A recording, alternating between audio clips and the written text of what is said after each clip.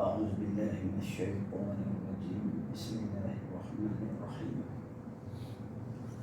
السلام عليكم ورحمة الله تعالى وبركاته الحمد لله رب العالمين الذي أرسل رسوله بالهدى ودين الحق ليظهره على الدين كله ولو كره المشركون أشهد أن لا إله إلا الله وحده لا شريك له وأشهد أن محمدا عبده ورسوله اللهم صل وسلم على سيدنا محمد وعلى آله وصحبه وبارك وسلم رب اشرح لي صدري ويسر لي أمري واحلل عقدة من لساني يفقه قولي رب يسر ولا تعسر وتمم بالخير سبحانك لا علم لنا إلا ما علمتنا إنك أنت العليم الحكيم وقال الله تعالى في الكتاب العزيز أعوذ بالله من الشيطان الرجيم بسم الله الرحمن الرحيم يسألونك عن الشهر الحرام قتال فيه قل قتال فيه كبير وصد عن سبيل الله وكفر به والمسجد الحرام وإخراج أهله منه أكبر عند الله والفتنة أكبر من القتل ولا يزالون يقاتلونكم حتى يردوكم عن دينكم إن استطاعوا ومن يرتد منكم عن دينه فيمت وهو كافر فأولئك حبطت أعمالهم في الدنيا والآخرة وأولئك أصحاب النار هم فيها خالدون. Mereka bertanya kepadamu wahai Muhammad mengenai hukum berperang dalam bulan haram atau bulan yang dihormati. Katakanlah, peperangan dalam bulan itu adalah berdosa besar. Tapi perbuatan menghalangi orang-orang Islam dari berjalan Allah dan perbuatan kufur kepada Allah Ta'ala dan juga perbuatan menyekat orang Islam daripada masuki Masjidil Haram serta mengusir penduduk-penduduknya dari situ, semua itulah lebih besar dosanya di sisi Allah Ta'ala jika dibandingkan dengan berperang di bulan haram. Dan ingatlah, perkara fitnah itu lebih besar dosanya daripada membunuh. Dan mereka, orang-orang kafir itu sentiasa meraih kamu sehingga mereka dapat memalingkan kamu dari agama kamu kalau mereka sanggup.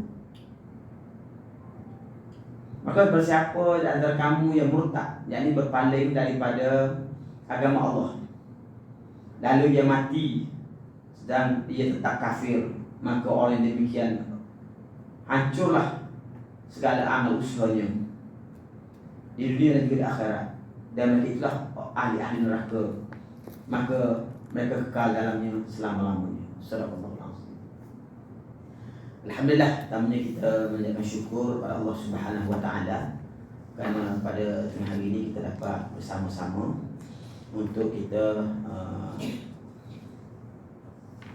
bertadabbur beberapa daripada ayat Quran, dan insya-Allah pada tengah hari ini kita akan mula pada juzuk yang pada rukuk yang ke-7 bermula ayat 217, di mana dalam perbincangan kita yang lepas rukuk sebelum daripada ni Allah Subhanahu wa taala telah menjelaskan kepada kita beberapa isu berkait dengan dakwaan-dakwaan yang dibuat oleh orang-orang Yahudi, mengatakan mereka akan masuk ke dalam syurga Allah Ta'ala sedangkan mereka tidak melakukan amal soleh. Mereka tidak beriman pada Allah Ta'ala, iman yang sebenar, dan mereka tidak melakukan amal soleh. Mereka hanya berujuk mereka akan masuk dalam syurga atas sebab mereka di keturunan Yahudi atau keturunan Bani Israel. Maka ini adalah dakwaan-dakwaan atau klaim yang tidak benar. Bahkan orang-orang Yahudi mereka mempunyai perangai-perangai yang kita kata perangai jahat. Termasuklah perangai mereka suka menukar nikmat-nikmat Allah Ta'ala itu dengan kekufuran, dan mereka seringkali mempermain-mainkan atau mempersenda-sendakan atau memperolok-olokkan orang-orang yang beriman. Mereka anggap orang yang beriman orang yang bodoh. Mereka tu yang auta cerdik. Maka dalam hal-hal seperti ini Allah Subhanahu Wa Taala menjelaskan kepada kita bahawa asalnya manusia ni ummatan wahidah, umat yang satu. Semua umat tu beriman kepada Allah Taala asalnya. Kemudian sebahagian daripada mereka termasuk Bani Israel telah menyeleweng. Maka nabi-nabi yang diutuskan oleh Allah Taala itu mempunyai fungsi untuk memberitahu pada mereka keimanan dan ketaatan satu akan mendapatkan membuatkan mereka mendapat bahasa syurga. Dan perbuatan kufur dan kedurhakaan yang akan membuat itu akan menyebabkan mereka dihumban ke neraka. Lalu Allah Ta'ala menjelaskan kepada kita beberapa perkara berkait dengan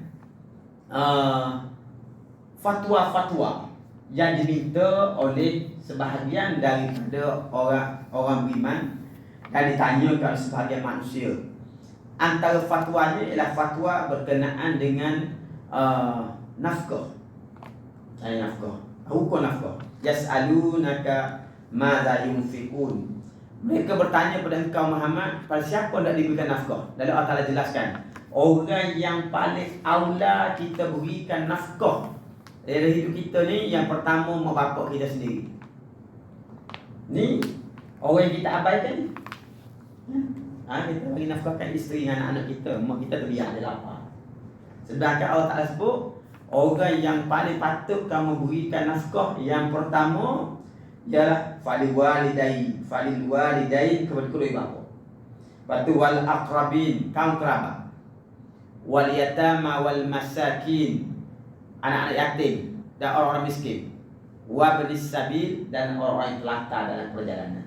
Ini orang-orang yang patut kita nafkahkan harta kita dia sepah pada nafkah yang wajib. Anak isteri lebih keutamaan pada orang ni, bukan pergi beli tiket bola dulu. Kita beli tiket bola, tengok Formula 1 500 tiket. Nafkah kan tempat yang betul harta kita. Sebab bila kita beri nafkah tempat yang betul, Allah Ta'ala akan balas dia dengan kebaikan juga kepada kita. Kemudian antara isu yang timbul ialah berkait dengan perang. Lalu Allah Ta'ala menjelaskan bahawa perang ialah salah satu daripada yang menjadi kewajipan. Digunakan perkataan kutiba. Saya sebut dalam lepas, dalam Al-Baqarah ni ada 4 ayat yang Allah Ta'ala mendatangkan perintah dengan menyebut kutiba. Kutiba dengan makna diwajibkan. Allah Ta'ala wajibkan pada kita. Kutiba alaikumul qital, diwajibkan ke atas kamu berperang. Biasa kita dengar kutiba alaikumus siyam. Kan kita puasa lah kau dengan kata kutiba alaikumus siyam tu. Bila kutiba alaikumul qital, siapa yang perang? Ni kita kata dia pengganas. Dan kutiba alaikumul qisas, diwajibkan ke atas kamu hukum qisas. Jenayah hukum Islam sebelum ayat puasa. Kita tahu baik. Termasuklah diwajibkan kepada kita menuliskan wasiat. Berwasiat, bila kita nak mati, kita berwasiat. Itu antara kewajipan tersebut dengan menggunakan perkataan kutiba dalam surah ini. Jadi perang ni salah satu daripada perkara yang Allah Ta'ala wajib. Walaupun kita tak suka perang sebenarnya, tak suka. Pasal kita suka duduk kat rumah. Duduk kat rumah, duduk dengan anak bini, tengok TV tu kan syok. Betul-betul Allah Ta'ala suruh perang. Tapi perang tu bukan 24 jam wajib. Bila keadaan memerlukan kita berperang, maka ketika itu wajib kita berperang. Saya sebut ni semua teknik kerja saya sebut dalam bulan lepas. Tapi maksudnya bila keadaan itu menjadi wajib, maka kita wajib berperang. Maka sekarang tak wajib berperang, tak ada sebab nak perang kan. Baik. Kemudian dalam ayat-ayat hari ini Allah Ta'ala masih lagi menjelaskan fatwa-fatwa berkait dengan perang. Tetapi kali ini perangnya isu yang berbeza, iaitu apabila Nabi SAW masuk ke dalam negeri Mekah, kemudian mereka diancam oleh musuh-musuh di kawasan masjid. Disebut di sini tentang nakhlah. Nakhlah ni kita kira macam setengah hendak yang dibuat oleh satu kumpulan kecil tentera-tentera Islam. Ibnu Abi Hatim meriwayatkan daripada Jundub bin Ubaidillah bin Abdillah bahawa Rasulullah SAW pernah memutuskan sebuah delegasi menunjukkan Abu Ubaidah bin Jarrah sebagai pemimpin. Delegasi ini ada satu kumpulan kecil tentera. Ketika Abu Ubaidah berangkat, ia pun menangis kerana merasa berat meninggal Rasulullah SAW. Maka beliau pun menahan kepergian Abu Ubaidah. Kemudian beliau mengutuskan Abdullah bin Jahsh untuk menggantikan posisi Abu Ubaidah. Rasulullah menitipkan sepucuk surat kepadanya dan merintahkan agar dia tidak membacanya sampai tempat itu dan ini. Kemudian dia berpesan, jangan sekali-kali engkau memaksa seorang dari sahabatmu untuk bersamamu. Mula-mula diutuskan Abu Ubaidah, tapi Abu Ubaidah tak nak pergi. Dia tak terima ketinggalan Nabi. Dia pun nak tukar apalah hantar Abdullah bin Jahsh. Abdullah ni nak tulis satu surat. Surat ni jangan buka dan jangan baca selagi tak sampai tempat sekian ni yang Nabi beritahu. Sampai situ baru buka. Dia pun nak pesan, bila nak bawa siapa bawa, jangan maksa siapa-siapa. Maka bila dia sampai tempat yang dimaksudkan Nabi itu, dia pun membuka surat itu. Dan dia pun berkata, inna lillahi wa inna ilaihi raji'un. Dan dia berkata, aku patut taat kepada Allah dan Rasulnya. Kemudian menyampaikan berita itu kepada dan baca suratnya kepada mereka, dan mereka berdua pun pulang kembali. Dia pergi dua orang sampai tempat tu, tengok inna lillahi. Benda apa? Wallahu a'lam, dia cerita kan. Dia berkata kena taat kepada Allah dan Rasul. Mereka pun yang tersisa berjalan bertemu dengan Ibnu Al-Hadrami. Maka mereka pun membunuhnya. Mereka tidak mengetahui bahawa hari itu termasuk bulan Rajab ataupun Jamal Sani. Dia masa dia berjalan tu ujung-ujung bulan Jamal di akhir. Macam sekarang kan awal bulan Rajab. Bulan Rajab ni termasuk di kalangan bulan-bulan haram. Bila dia pergi sana, dia bertemu dengan Ibnu Hadrami ni, kira musuh dah. Kan? Musuh sekat dia berjalan. Kita ni bila jumpa dengan musuh memang kita bunuh lah. Sebab apa? Kalau kita tak bunuh dia bunuh kita. Kan? Orang tengah bergaduh kan, orang tengah malu. Cuma bila dia bunuh Ibnu Hadrami ni, dia tak ingat dia bunuh tu pembunuh tu berlaku dalam bulan haram. Sebab dia tak ingat hari apa dia berjalan. Macam kita lah, kita pun tak ingat juga hari kita lah. Tanya ni berapa hari bulan Rajab ni? Sudah.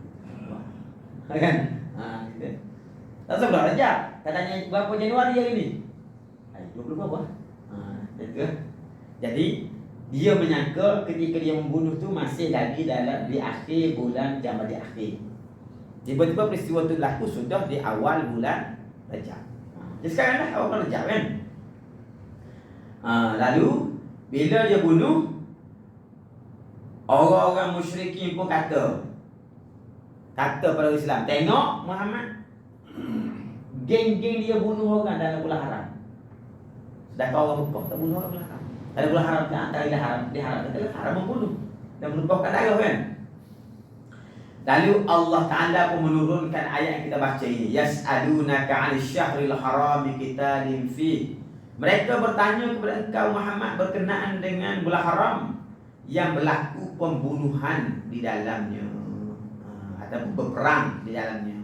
Bunuh pula sama lah kan. Dan peristiwa tu dia berkata sebenarnya dia jumpa tu sebenarnya sebab nak orang Islam bunuh dia. Kalau tidak dia bunuh orang Islam, betul dia kan. Cuma dia yang kena bunuh. Qul qitalun fihi kabirun. Katakanlah kepada mereka bahawa perbuatan membunuh dalam bulan haram atau berperang dalam bulan haram ini adalah satu dosa besar. Dosa besar. Di bulan ni kalau kita membunuh ni dosa besar. Wasaddun an sabilillah wa kufrun bihi wal masjidil haram wa ikhraju ahlihi minhu akbaru indallah. Di sini Allah Ta'ala ajar kita satu kaedah yang penting dalam ilmu fiqh ni, bahawa perkara-perkara yang berlaku ni ada tangga-tangga dia ataupun darjah-darjah dia. Ataupun kita kata aulawiyah dia. Maratib dia, ada maratib dia. Pahala pun sama, dosa pun sama. Pahala ada yang sunat sunat yang biasa-biasa saja, kan? Ada sunat yang lebih besar lagi. Kalau dalam solat kita panggil sunat ab'ad, kan? Ada yang kita panggil sunat muakkadah, kan? Itu kan darjat-darjat dia. Sebelum sampai pada wajib, kan?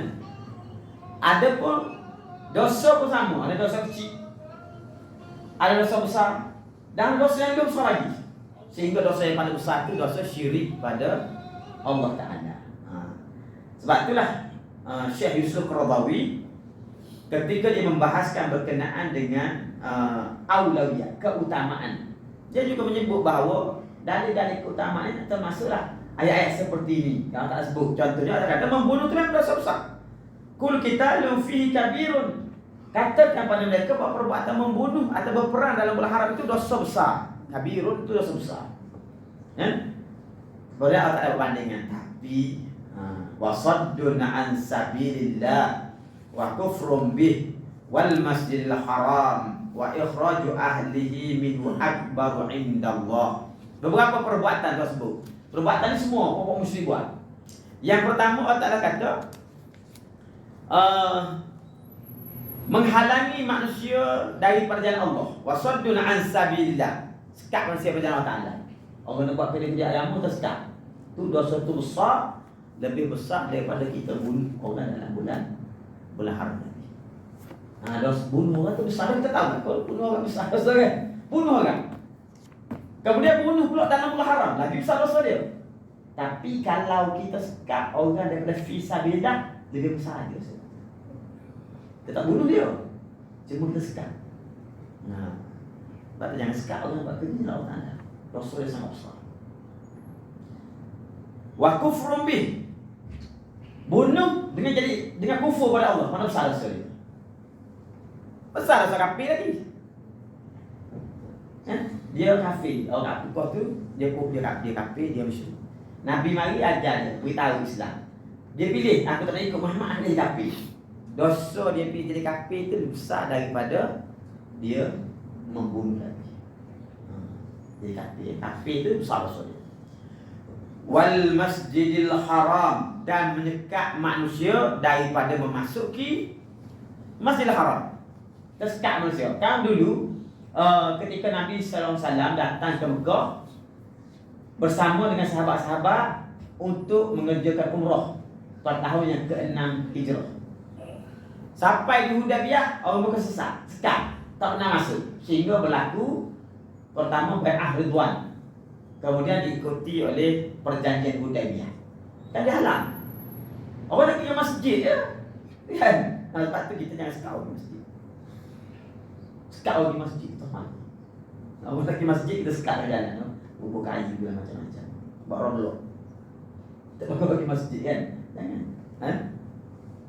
Wa ikhraju ahlihi, dan kamu menghalau atau mengeluarkan penduduk-penduduk Mekah daripada tanah suci. Kan sahabat-sahabat Nabi kan kena halau Mekah. Mereka beri pilihan apa Nabi. Dia bukan dia beri pilihan. Dia pesan kita Muhammad ni, kita tangkap dia, kita bunuh dia, atau kita halau dia. Dan kemudian Allah Subhanahu Wa Taala perintah Nabi berhijrah ke Madinah. Nabi kata aku tak nak pergi Madinah ni sebenarnya, tapi sebab orang Mekah halau aku keluar. Kalau Nabi tak keluar, dia akan bunuh. Nabi pun keluar. Lepas Nabi keluar, orang lain pun keluar sama. Mengeluarkan mereka daripada tanah haram itu juga dosa yang sangat besar. Di sini Allah Ta'ala sebut 4 perkara. Kata Allah Ta'ala, minhu akbarun indallah. Minhu akbaru indallah. 4 perbuatan ini. Yang pertama, menyekat manusia daripada jalan Allah, kufur kepada Allah, menyekat manusia masuk ke Masjidil Haram, dan menghalau penduduk Mekah daripada tanah haram itu. Ini dosanya jauh lebih besar kalau banding kawan tu berperang dan membunuh dalam bulan haram. Sedangkan membunuh dalam bulan haram itu dosa besar tu. Kalau membunuh dia tak usah kata bulan haram, bulan sunat pun bulan lain kita bunuh manusia mana-mana pun dosa besar kalau kita sengaja bunuh dia dengan tidak ada sebab.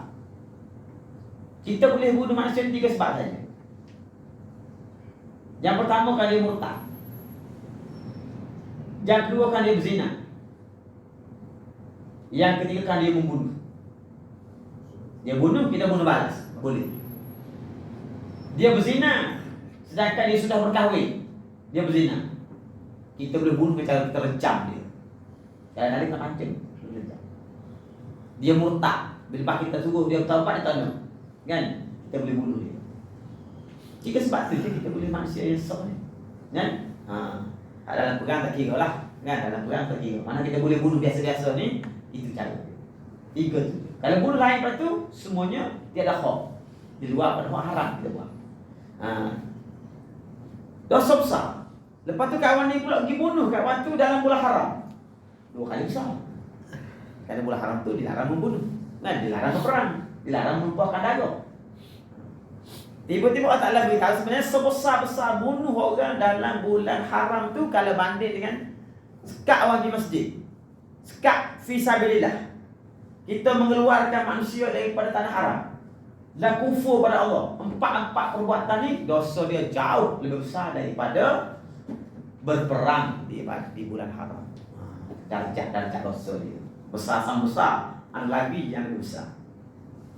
Wal fitnatu akbaru minal qatl. Dan fitnah itu lebih besar dosanya daripada membunuh. Ini orang lain salah faham. Fitnah orang lain itu maknanya kita reka cerita. Kan? Fitnah di sini maknanya mereka menyekat Islam. Dan asal kata kita ujian, sebenarnya fitnah itu adalah ujian. Ujian itu fitnah lah kata kan? Fitan. Jadi orang Islam tu diuji dengan tindakan-tindakan jahat mereka itu yang disebut dalam 4 perkara tadi. Maka Allah Ta'ala memberitahu sebenarnya fitnah-fitnah yang mereka buat sehingga menghalang Islam itu berkembang sebenarnya lebih besar dosanya daripada membunuh.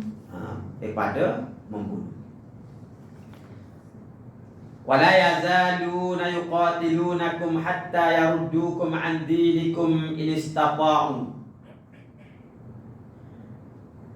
Mereka tidak berhenti-henti memarahi kamu sampai mereka dapat mengembalikan kamu daripada agamamu, yakni kepada kekafiran, sehingga mereka sanggup. Itulah fitnahnya. Sebab apa dia tak bagi orang pergi masjid? Sebab apa dia sekat fisabilillah? Kan? Sebab apa dia halau Nabi? Tujuannya satu je. Dia menunjukkan permusuhan terhadap Islam. Dan mereka nak, kalau boleh sahabat-sahabat yang dah beriman dah tu murtad. Tapi ada orang yang murtad. Kan? Dia seksa, dia paksa, dia macam-macam, dia pulang. Akhirnya ada orang yang tak sanggup. Jadi murtad. Memang ada orang yang murtad. Jadi itu yang dia nak. Sebab tu Allah Ta'ala kata itu fitnah. Itulah fitnah yang dosanya lebih besar daripada membunuh.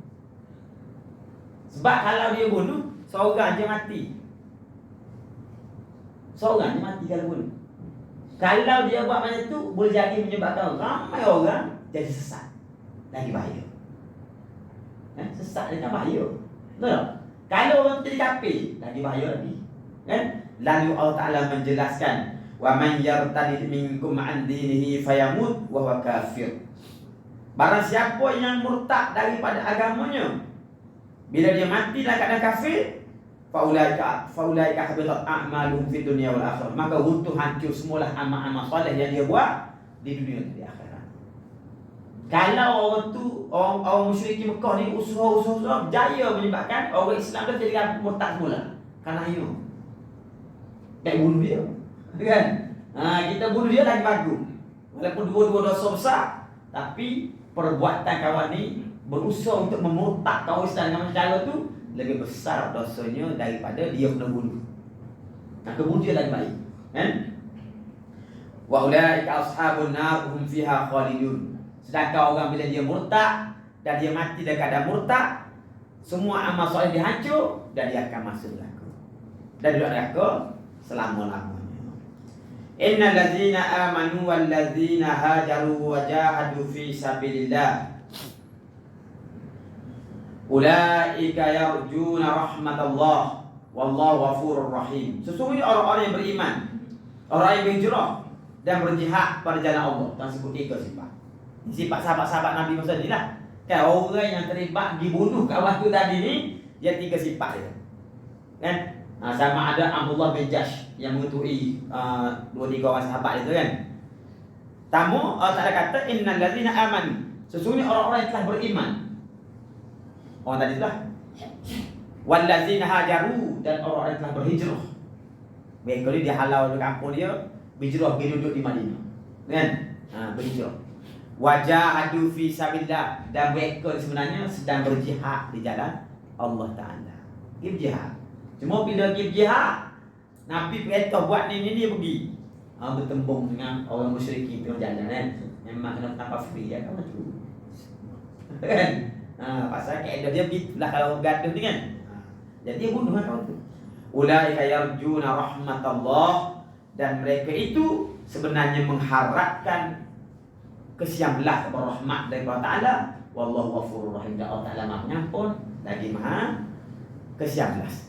Artinya Allah Ta'ala beritahu orang ni walaupun dia buat dosa, kan dia ni orang sedang berjihad, kan dia mungkin dia tak bermaksud demikian.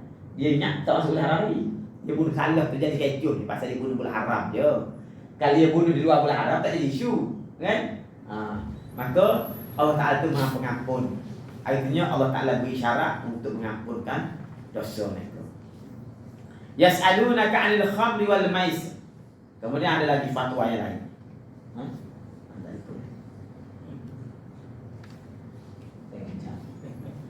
Jangan balik jadi tak bahasa apa. Yas'alunaka 'anil khamri wal maisir. Mereka bertanya kepada engkau Muhammad tentang 2 perkara yang diharamkan, yaitu yang pertama al-khamru.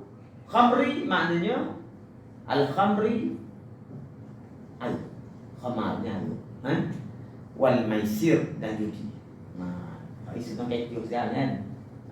Bila kita tutup kedai judi, orang macam-macam lagi. Betul tak? Orang tanya ni pasal judi. Judi dan juga arak. Isunya begini, orang Mekah kata, pasal apa arak tak boleh minum? Judi tak boleh. Kan dia ada manfaat. Kan kalau kita pergi berjudi kan, kena jackpot kan? Baru tu nak kaya. Dia begini itulah. Kan? Kalau kita minum arak, dia boleh hilangkan stres. Wallah dia sudah ada. Wah, betul tak? Hilangkan stres ke apa gitu lah. Dia bukan hilang stres, dia mabuk, kan? Tapi bila mabuk kan hilang stres tu. Macam gitulah. Kononnya ada manfaat, kan? Kul fihi ma ismun kabirun wa manafi'u linnas wa ismuhuma akbaru min naf'ihima. Ini pun masih lagi berkait dengan masalah keutamaan. Mereka bertanya kepada engkau Muhammad tentang khamar dan juga maisir, arak dan judi. Beritahu kepada mereka fihima, di dalam arak dan judi itu yang pertama dosa dia lebih besar daripada manfaat. Keburukannya lebih besar daripada manfaat. Memang ada manfaat, tapi keburukannya banyak. Macam judi. Memang kalau kena jackpot 8 tunang kaya, tapi nak boleh kena jackpot tu 8 tunang dah bankrupt. Betul tak? Ada main singit-singit tu. Kalau kat meja tu main dekat Genting Highland tu, tak tahu berapa juta dah rugi kan. Keburukan banyak. Bukan setakat dia rugi. Sekali dia balik belasah bini, dia jual anak dia. Macam cerita Kerambi tu kan, jual anak kali judi, betul tak? Gitu. Keburukan sangat banyak. Sebahagian masalah sosial yang berlaku dalam masyarakat ni berpunca dari judi. Kalau laki dia tak judi, hara dalam rumah tangga dia. Kita ni tak rasa apa pasal kita bukan kata judi. Sebab tu kalau tutup dan judi, kita kata terbaik. Pasal kita tak judi juga tau. Tak judi tu dia marah lah. Dia kata apa tutup dan judi, orang kafir. Bukan kafir dia nak judi. Kan? Dan kalau tak ada manfaat, bukan tak ada manfaat tu ada sikit, tetapi keburukannya lebih besar. Keburukannya lebih besar. Wa ismuhuma akbaru min naf'ihima. Dosanya besar kalau banding dengan manfaat yang ada pada dia. Kenapa? Judi ni ada ayat ni dosa besar. Saya tak sebut dah hukum, tuan tahu takut dah ni kan. Judi dosa ni cuma Allah Ta'ala sebut kalau ada orang berhujah ada manfaat. Sebenarnya keburukannya lebih besar daripada manfaat. Manfaat tu sikit sangat je. Ada fikir manfaat tu, kau orang berjudi tu je. Dia berjudi 10 tahun kena lah sekali. Kan? Kena kan? Kena. Sehati 20 dia ada apa juta tadi. Kan? Ada kena jackpot tak dia? No. Kan? Jadi keburukannya lebih besar. Wa yas'alunaka madza yunfiqun qul af. Mereka bertanya kepada engkau juga Muhammad tentang nafkah. Katakanlah yang lebih daripada keperluan. Tadi nafkah dah tak ada. Ini nafkah lain. Harta mana yang kita nafkahkan? Contoh kita dapat gaji 5,000. Dan nafkah tu apa? Kita settle dulu keperluan asas dalam kehidupan kita. Cuma kita jadi payah ni pasal kita jadi hutang. Hutang kereta, hutang rumah, hutang itu, hutang chatting, hutang orang. Kita bayar semua hutang tu tak ada duit habis. Pasal sistem kita tu kapitalis. Kalau kita tak hutang sebenarnya 5,000 tu tak habis kita makan. Tiap-tiap bulan, setahun 2 kali boleh pergi Spain. Kalau tak hutang. Kan kita nak beli kereta cash tak boleh, tak ada duit buat cash kereta. Kalau kita ada duit nak beli rumah cash tak boleh. Dia memang cara dia kena berhutang. Patut bayar hutang. Rumah 1,500, kereta 800 kan. Patut bayar dia. Patut PT-PT yang tak kira. Lepas tu tolak bagi nafkah ke isteri, anak-anak, bagi kamu, habis duit kita. Saya tengok sebenarnya kalau ikut keperluan biasa 3,000 tak habis kita makan. Tapi banyak tu bayar hutang. Kalau setakat bayar pas sekolah anak tu okey lagi. Bayar hutang banyak. Maka kata Allah Ta'ala kulil af. Kata kepada mereka mana yang lebih daripada keperluan. Jadi basically gitulah. Dan kita bayar semua keperluan asas kita ni. Hal lebih tu baru kita nafkahkan. Bukan hal lebih tu joli. Kita nak lebih tu tak apalah asal kau tak lebih. Kita pun hal lebih ni nak pergi situ, nak pergi sini, nak buat tu, nak buat ni macam-macam lah. Marilah kepala kita nak tukar tayar kereta. Bukan tukar tayar, tukar respon. Tukar tayar tu memang tukar tu tau. Dia tukar respon. Macam-macam lah idea mari. Benda-benda yang tidak ada keperluan. Hanya kadang-kadang tu apa ni, untuk seronok-seronok saja. Kadang-kadang extravagance. Lebih-lebih kadang-kadang kan. Dia pun yang duit lebih ni. Minggu ni bulan ni 3 kali boleh makan nasi Arab dia kata. Sebenarnya kalau makan nasi lemak 18 kali tak habis lagi dengan nasi Arab sepinggang tu. Kan? Nasi Arab RM24 sepinggang, nasi lemak RM1 sebuku. Kan? Dia makan nasi Arab sekali boleh tabur nasi lemak sebulan. Bukan tak boleh makan nasi Arab, tapi jangan banyak-banyak lebih-lebih betul tak? Kalau kita tak ada keupayaan. Jadi maksud Allah Ta'ala bila kita dah duit income yang kita ada, kita belanja hak wajib, yang lebih ni kita kena ada bajet untuk sedekah berapa, untuk apa kan. Jangan semua tu kita joli semua. Bila kita joli semua, tak adalah untuk spend infak-infak yang sunat, sedekah, wakaf, hibah, tak adalah. Kita kata nak sedekah macam mana, zakat pun tak boleh bayar kita kata. Sebahagiannya kerana kita membelanjakan tempat yang salah. Kadzalika yubayyinullahu lakumul ayati la'allakum tatafakkarun. Demikian itulah Allah Ta'ala menjelaskan tentang ayat-ayatnya, hukum-hukumnya, supaya kamu berfikir mana yang baik, mana yang tak baik. Di dunia wal akhirah, di dunia dan juga di akhirat. Wa yas'alunaka 'anil yatama qul islahul lahum khair. Mereka bertanya lagi tentang anak-anak yatim. Masalah anak yatim pula. Yatim ni ada isu dia. Sebabnya anak yatim ni, masalah kita menguruskan anak yatim, kan? Ibnu Jarir meriwayatkan pada Ibnu Abbas, dia menceritakan bahawa ketika turun ayat wala taqrabu malal yatimi illa billati ya ahsan, janganlah kamu mendekati harta anak yatim kecuali dengan cara yang baik. Maka sahabat-sahabat yang menjaga anak yatim langsung memisahkan makanan dan minumannya dari makanan anak yatim yang diasuhnya. Gini, bila ada anak yatim, kadang anak yatim ada harta, tapi yatim, orang yang jaga tu jaga harta sekali. Jadi bila dia masuk, kadang-kadang anak yatim makan nasi dia, kadang-kadang dia makan nasi anak yatim. Faham? Kan kita masuk sekali kan? Gitulah. Jadi bila Allah Ta'ala menurunkan beberapa ayat berkait dengan masalah anak yatim ini, maka sahabat-sahabat itu bimbang, takut termakan harta anak yatim. Lalu kira masak nasi dua puyuk lah. Kita kira puyuk yatim, puyuk lain. Puyuk kita, puyuk lain. Dua kali saja lah, kan? Masak lauk pun sama. Dua bukan takut termakan. Risaulah. Dan lalu jika tersisa sebahagian daripada makanan itu disimpan sampai si yatim itu makan, dia pun tak berani makan. Anak yatim itu makan tak habis. Ada balance kan? Tak boleh makan, kita tak ada anak yatim dia makan. Waktu anak yatim itu makan, kalau anak yatim itu kenyang sampai esok, basi sajalah. Kan? Nak makan tak berani. Bahasa harta anak yatim. Hal ini menjadikan para sahabat sulit. Memang susah lah. Kan? Kalau patut biasa masuk satu puyuk, kena masuk dua puyuk. Pasal nak sepelik kan?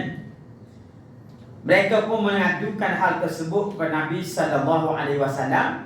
Lalu Allah Ta'ala menurunkan ayat wa yas'alunaka 'anil yatama qul islahul lahum khair. Dan mereka bertanya kepada engkau tentang anak yatim, katakanlah menguruskan mereka dengan secara yang patut adalah baik. Wa in tukhalituhum fa ikhwanukum, jika kamu menggauli mereka maka mereka adalah saudaramu. Artinya mereka pun boleh. Sebenarnya harta yatim tu bukan tak boleh makan. Orang yang menjaga anak yatim tu, dia makan pada qadar, bukan masuk dia makan untuk buat naya kawan tu. Malah contoh dia masak nasi, lepas tu makan sama-sama kan, termakanlah nasi dia sikit, tak ada masalah apa-apa, okey je. Yang masuk di kita memang plan lagu mana kita nak curi duit anak yatim tu, kan? Kan orang buat yayasan macam-macam sekarang, betul tak? Yayasan untuk buat lagi duit anak yatim. Lepas tu bayar rotek kereta nak anak yatim, kan? Ada apa ni? Kan? Nak cerita manusia ni, ada orang tu memang dia tak ada niat jahat, kan? Dia masuk makan tu harga yatim kan? Dia masuk lepas tu makan. Lepas tak ada lebih ke apa, dia makan sama-sama. Sepinggan tu dia tak ada apa-apa pun, tak jadi harta, betul tak? Ada orang tu memang dia fikir budak ni anak yatim, dia bodoh tadi. Macam mana kita nak auta supaya geran tanah dia tu berbuah nama kita? Masa dia kecil kan dia sayang belakang, betul tak? Kita kata ni sayang lagi, dia tak tahu dia pun sayang. Pergi jabat tarekah dia pun setuju, tak apalah guna nampak cik dia semua. Dia tak tahu kamu ni nak auta dia, betul tak? Yang tu yang diharamkan oleh Allah Ta'ala. Bila kita berniat jahat ke atas harta anak yatim, sekadar kita makan lepas tu ada lebih pada buang saja kita makan, atau makan sama-sama, kita beri layanan baik pada dia semua, itu tak jadi masalah, kan? Tak jadi masalah. Sehingga sahabat-sahabat pun kita kata masak nasi sepeyuk lah, nasi kita masih sekali lah, senang kan? Tak jadi masalah.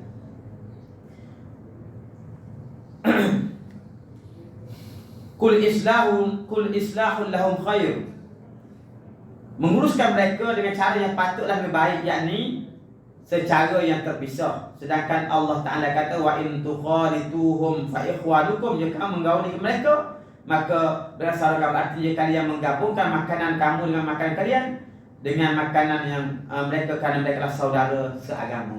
Tak ada masalah kita kan, supaya adik-adik. Dan kawan dia jaga dia, jadi ayah dia, betul tak? Dia jadi anak, kita jadi ayah.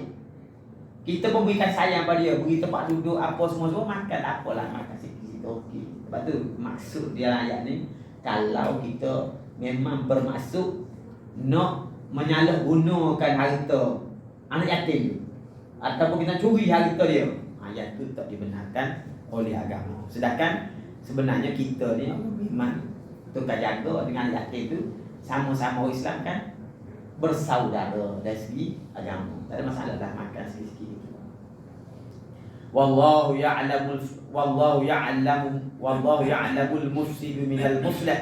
Dan Allah Ta'ala mengetahui siapa yang buat kerosakan dan siapa yang mengadakan perbaikan. Dua orang tu kan tadi, kalau ada ni tu penjaga ni dia niat jahat. Oh tak tahu orang ni dia buat ni niat jahat. Kawan ini dia buat ni untuk muslih, untuk perbaikan kan. Oh tak tahu. Kita tak tahu tu dah. Kalau dia buat tu, kalau dia bermaksud yang tak baik, Allah Ta'ala tahu. Walau sya'allahu la'anatakum innallaha azizun hakim. Dan jika Allah Ta'ala menghendaki, dia akan mendatangkan kesulitan kepadamu. Sesungguhnya Allah Ta'ala Maha Perkasa dan mengetahui. Kalau orang itu berniat jahat, Allah Ta'ala boleh mendatangkan kesulitan-kesulitan macam-macam pada Allah Ta'ala menghendaki. Jadi dalam ayat ni, hukum anak yatim ni, dalam maksud mudah kita fahamnya, bila kita uruskan anak yatim, sama ada kita jaga seorang di rumah kita ataupun kita menguruskan rumah anak yatim kan. Jadi rumah anak yatim kita itu kan jaga ni boleh makan tak nasi masuk sekali tu. Makan lah. Kan? Makan je tak ada masalah. Kerana kita bukan bermaksud untuk menindas dia ataupun menyalahgunakan. Jadi kawan tu jaga dia kan masuk nasi. Orang bagi sedekah. Ni untuk yatim ni dia belah lori berah mari. Masuk takkan masuk dia. Kita pasal kita kan jaga ni masuk pergi lain. Susah lah macam tu kan. Maka Allah Ta'ala memudahkan kita dalam hal ini. Itulah antara beberapa hukum yang Allah Ta'ala jelaskan kepada kita. Pertama berkait dengan hukum berperang di dalam bulan haram. Yang kedua hukum berkait dengan kedudukan arak dan judi. Dan ketiga hukum menafkahkan harta-harta yang kita ada, harta mana yang kita nafkahkan. Dan yang keempat berkait dengan masalah harta anak yatim yang kita makan. Ya? Jadi ni empat perkara ni adalah berkait dengan hukum fiqh. Dikti dia kena bahagian tak fiqh lah. Saya sebut ni secara sepikat lalu hukum yang telah ditetapkan. Itulah semua ayat yang kita baca pada tengah hari ini. InsyaAllah kuliah akan datang kita akan sambung pada hukum yang ke-28 berkait dengan masalah orang perempuan. Ini masalah orang lelaki, masalah orang perempuan. Perempuan banyak lagi masalah dia. Betul lah. Kan? Dan kita dapat sambung pada yang datang. Sallallahu alaihi wasallam Muhammad wa ala alihi wa sahbihi wa baraka wa sallam. Walhamdulillahi rabbil alamin. Na'udzu billahi minasyaitonir rajim. Bismillahirrahmanirrahim. Alhamdulillahi rabbil alamin wassalatu wassalamu ala asyrafil anbiya'i wal mursalin wa ala alihi wa sahbihi ajma'in. Allahumma rabbana la tuzigh qulubana ba'da idh hadaytana wa hab lana min ladunka rahmah innaka antal wahhab. Rabbana zidna ilman nafi'an warzuqna fahman wasi'an. Rabbana taqabbal minna innaka antas samiul alim wa tub 'alaina innaka antat tawwabur rahim. Sallallahu ala sayyidina Muhammad wa ala alihi wa sahbihi ajma'in walhamdulillahi rabbil alamin. Wassalamu alaikum warahmatullahi wabarakatuh.